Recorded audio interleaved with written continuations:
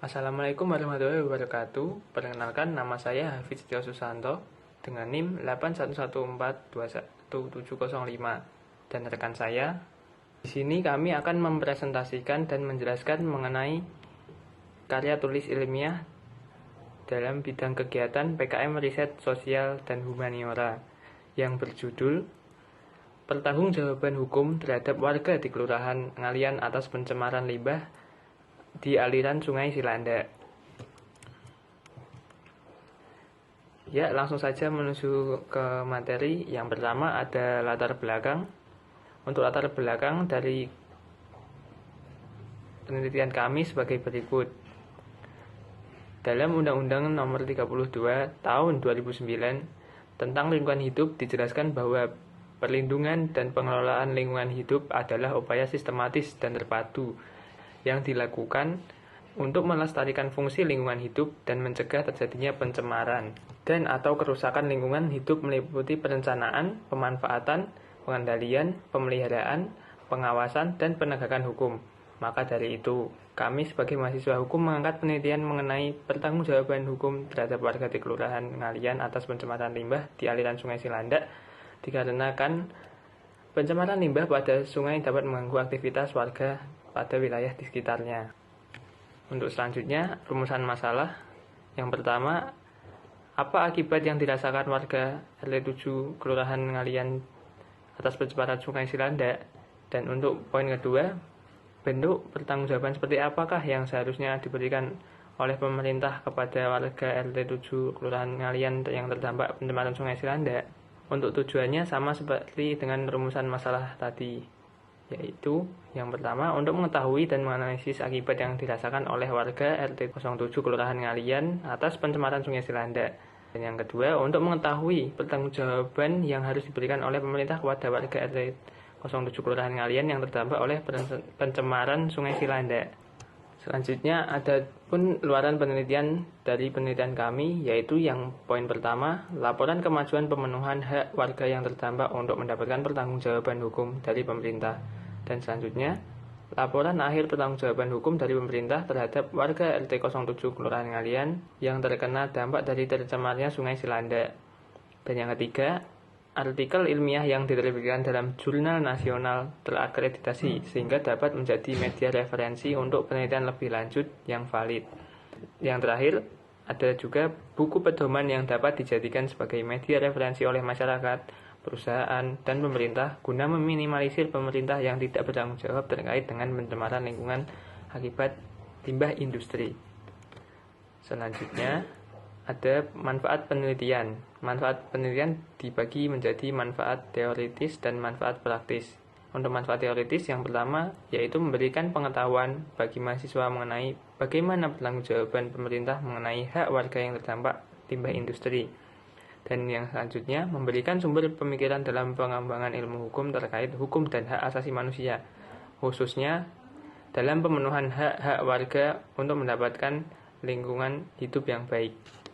Untuk manfaat praktisnya, yang pertama bagi pemerintah yaitu memberikan informasi kepada pemerintah bahwa masih ada warga di daerah tertentu di Indonesia yang belum memperoleh haknya untuk mendapatkan lingkungan hidup yang baik karena tidak adanya pertanggungjawaban yang penuh dari pemerintah. Hal ini bisa menjadi referensi dan masukan bagi pemerintah untuk mengupayakan pemenuhan hak-hak lingkungan hidup yang baik bagi masyarakat. Dan bagi masyarakat itu sendiri, memberikan pandangan kepada masyarakat supaya menyadari hak yang mereka atas lingkungan hidup yang baik dan diberikan serta dijamin oleh pemerintah. Untuk selanjutnya kita menuju kepada pembahasan. Yang pertama mengenai apa sih hak asasi manusia?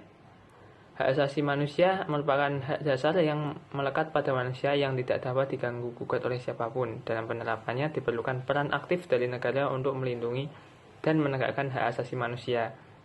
Dalam penelitian kami, pemenuhan hak asasi manusia menjadi dasar penelitian, khususnya hak mendapat lingkungan hidup yang layak.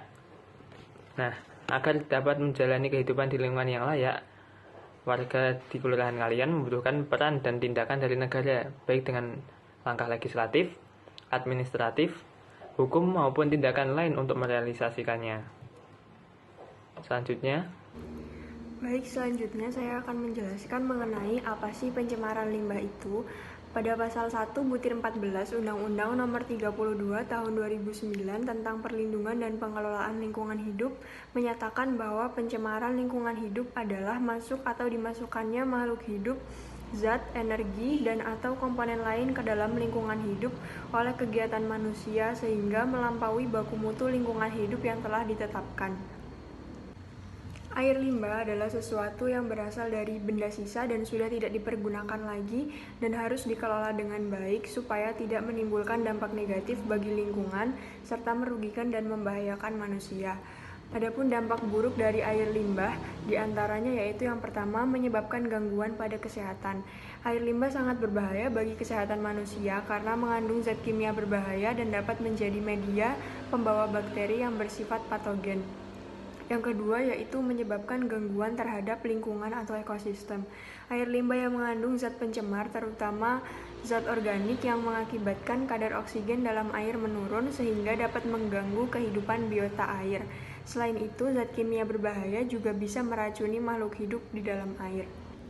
Pengelolaan limbah merupakan suatu langkah untuk mengurangi kerusakan lingkungan melalui proses menghilangkan kontaminan atau zat kotor dari air limbah.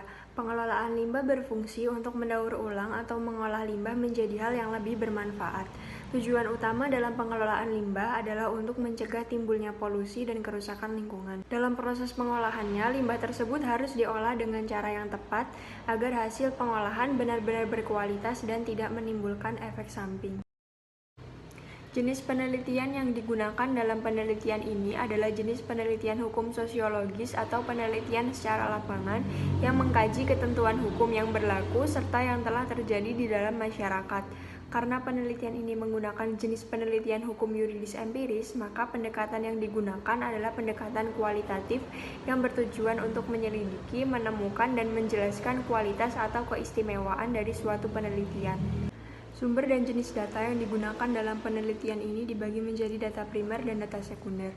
Data primer yang digunakan dalam penelitian adalah peraturan perundang-undangan yang berkaitan dengan pencemaran limbah, khususnya aturan yang berlaku mengenai pembuangan limbah pabrik. Adapun dalam proses observasi dilakukan secara langsung ke tempat untuk mendapatkan informasi yang aktual. Sedangkan data sekunder yang digunakan dalam penelitian ini adalah data-data dari sumber referensi seperti literatur bacaan. Dalam mengumpulkan data, kami melakukan observasi dengan metode wawancara dan pengumpulan dokumentasi, serta secara langsung menghubungi pihak terkait yaitu perangkat kelurahan Ngalian untuk menambah keabsahan dari karya tulis ini, sehingga kelak dapat memberi dampak yang signifikan terhadap masyarakat. Pencatatan serta pengamatan dilakukan untuk melengkapi data, disertai dengan dokumentasi. Untuk lebih menguatkan isi karya tulis ini, akan dikumpulkan pula arsip serta dokumen lain yang dimiliki oleh perangkat Kelurahan Ngalian.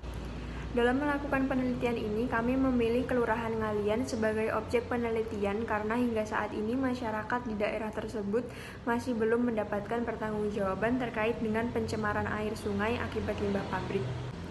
Dalam penelitian ini, dalam proses pengembangan karya ilmiah, penulis menggunakan pengujian validitas data.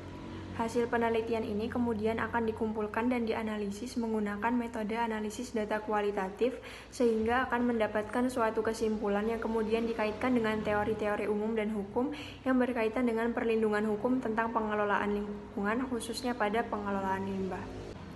Adapun anggaran biaya yang akan dikeluarkan dalam penelitian ini, yang pertama yaitu untuk perlengkapan menghabiskan sebesar Rp1.200.000, yang kedua bahan habis pakai sebesar Rp300.000, yang ketiga untuk transportasi sebesar Rp2.500.000, dan yang keempat lain-lain sebesar Rp3 juta, sehingga jumlah keseluruhan anggaran biaya yaitu Rp7 juta. Sekian presentasi mengenai proposal dari kelompok kami. Apabila banyak kurangnya, kami mohon maaf yang sebesar-besarnya. Assalamualaikum warahmatullahi wabarakatuh.